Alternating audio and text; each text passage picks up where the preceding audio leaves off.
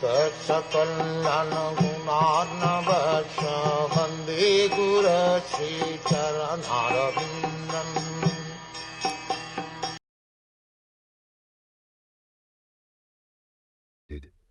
Therefore, my Lord, although I am living in a terrible condition, I do not wish to depart from my mother's abdomen to fall again into the blind well of materialistic life. Your external energy, called Dev Maya, at once captures the newly born child, and immediately false identification, which is the beginning of the cycle of continual birth and death, begins. As long as the child is within the womb of his mother, he is in a very precarious and horrible condition of life, but the benefit is that he revives pure consciousness of his relationship with the Supreme Lord and prays for deliverance.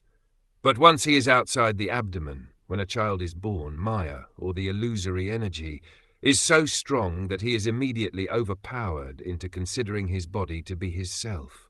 Maya means illusion, or that which is actually not.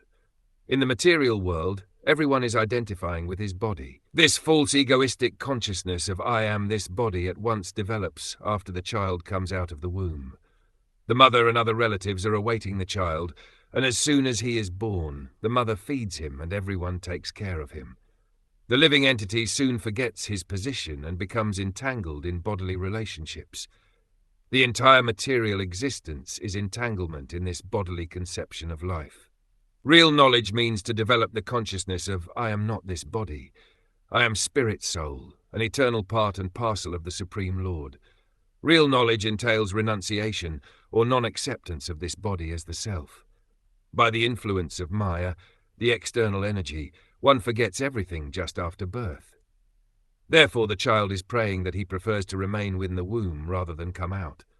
It is said that Shukdev Goswami, on this consideration, remained for 16 years within the womb of his mother. He did not want to be entangled in false bodily identification. After cultivating such knowledge within the womb of his mother, he came out at the end of 16 years and immediately left home so that he might not be captured by the influence of Maya. The influence of Maya is also explained in Bhagavad Gita as insurmountable. But insurmountable Maya can be overcome simply by Krishna consciousness. That is also confirmed in Bhagavad Gita. Mam eva ye prapadyante mayam etam taranti te. Whoever surrenders unto the lotus feet of Krishna can get out of this false conception of life. By the influence of Maya only, one forgets his eternal relationship with Krishna and identifies himself with his body and the byproducts of the body, namely wife, children, society, friendship and love. Thus he becomes a victim of the influence of Maya, and his materialistic life of continued birth and death becomes still more stringent.